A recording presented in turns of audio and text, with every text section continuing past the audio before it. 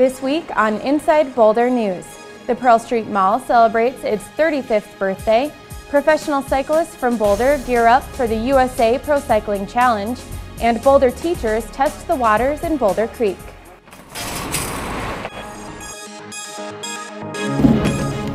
Welcome to Inside Boulder, featuring topics and stories that impact the community of Boulder, with Patrick von Kaiserling and Jennifer Bray.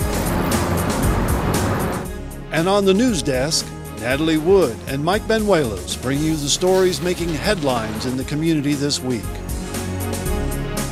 Inside Boulder News starts now. Welcome to Inside Boulder News. I'm Natalie Wood. One of Boulder's most popular attractions celebrated a big birthday this week. The Pearl Street Mall had its 35th birthday on August 1st, and mall-goers put on their best 70s attire to celebrate with a mural declaration, music, and shopping. This is the 35th anniversary of Pearl Street Mall. People have asked from all around the country, why is Pearl Street a success? And I don't think there's any one reason, but I know it's a combination of great retailers, great city, the mountains, the university, the weather. I mean, it's a hard to duplicate combination. You can check out all that Pearl Street has to offer by walking the pedestrian mall or visiting boulderdowntown.com for food, music, and upcoming events. Pearl Street will be a popular spot for spectators when the USA Pro Cycling Challenge comes through Boulder on August 25th. And in a town full of cyclists, it's no surprise that some pro cycling riders call Boulder their home. Here's a look at how Boulder professionals are preparing for the big race.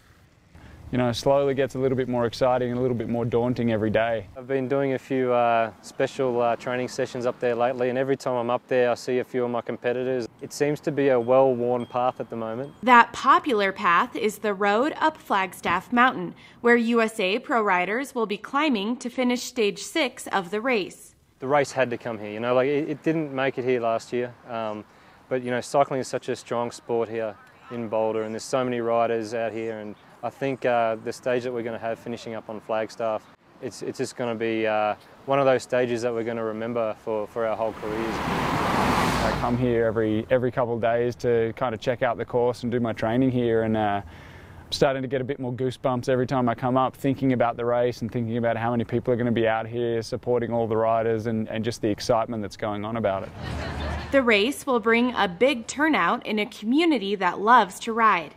And that bike culture just might be why Boulder is home to so many professional cyclists. I know a lot of people make lifestyle choices to move to Boulder to live and work and ride their bikes amongst the cycling community here. You have access to other world-class training partners. There's world-class training resources.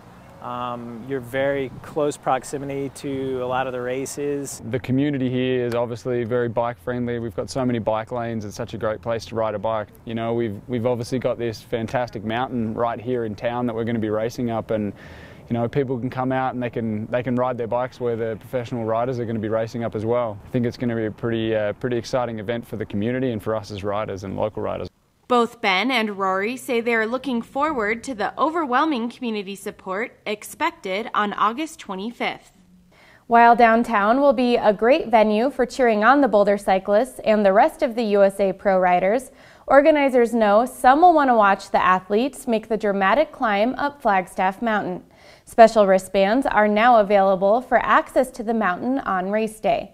Spectators at the Flagstaff finish will be required to wear a wristband that lists the rules of the City of Boulder's Code of Conduct. The rules were created to avoid impacts to Flagstaff's land and wildlife. Wristbands are free and are available at select locations around Boulder. Members of the community will have an opportunity to tell council what they think about possible ballot initiatives that could go before voters this fall. Two of the measures have gained a lot of attention. The first is a proposed extension of the Climate Action Plan tax. This tax raises money to pay for energy efficiency and conservation programs and incentives. The second is a possible renewal of a 25-cent sales tax that is currently dedicated for parks and recreation.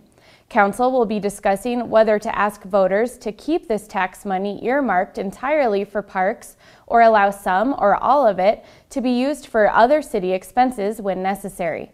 The public hearings will be held during the council meeting, which starts at 6 p.m. on Tuesday. Teachers from the Boulder Valley and St. Vrain Valley school districts learned how to test for water quality this week, but this time not from the classroom. Teachers got into Boulder Creek for the 13th annual Get to Know Your H2O workshop, where they learned how to test for water quality and aquatic insects. It's knowledge that they plan to incorporate into their curriculum. It's a hands-on workshop, the 2-day workshop. Teachers get credit for it through the Colorado School of Mines, because they can actually go out and they teach their students about water. So we train them how to be water ambassadors for the city of Boulder, Boulder County, to go out and teach about water in their classrooms. Get to Know Your H2O is hosted by the Keep It Clean Partnership and Project Water Education for Teachers. Thanks for watching Inside Boulder News. Stay in touch with us on Facebook by submitting news tips and questions. Just search for City of Boulder Channel 8. More Inside Boulder is next.